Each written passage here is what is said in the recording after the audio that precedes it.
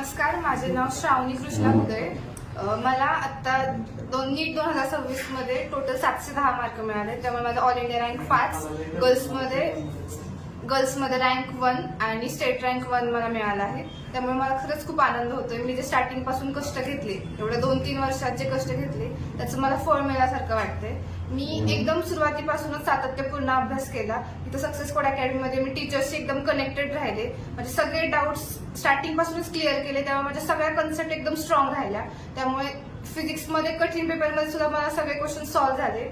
आणि त्यामुळे मी स्टार्टिंग पासूनच अभ्यास करावा. एकदम स्टार्टिंग पासून तुम्ही कन्सिस्टंटली अभ्यास केला तर लास्टला तुम्हाला लोड येणार नाही, स्ट्रेस येणार नाही. हे सगळ्यांना सजेस्ट करेल. आणि स्वतःवर विश्वास ठेवा, तुमचा माइंडसेट क्लिअर करा आणि पॉझिटिव्ह वे नाही बघा या जर्नीकडे. कारण काही ना काही ते शिकायला मिळणार असेल.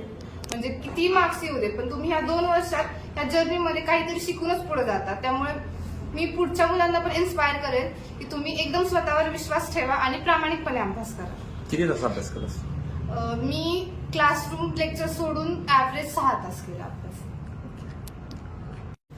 नमस्ते, मी जय श्रीकृष्ण कुदळे. मी दौंड तालुक्यामध्ये प्राथमिक शिक्षिका आहे.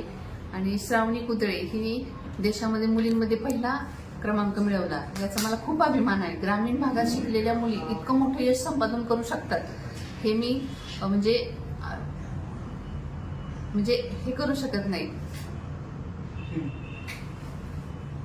काय वाटतंय? खूप आनंद होतोय मला की ग्रामीण भागातली मुलगी इतकं मोठं यश संपादन करू शकते. असं आता पोरीला शिकायला कुठं वाटतं? आता अर्थात दिल्लीलाच जाणार ती.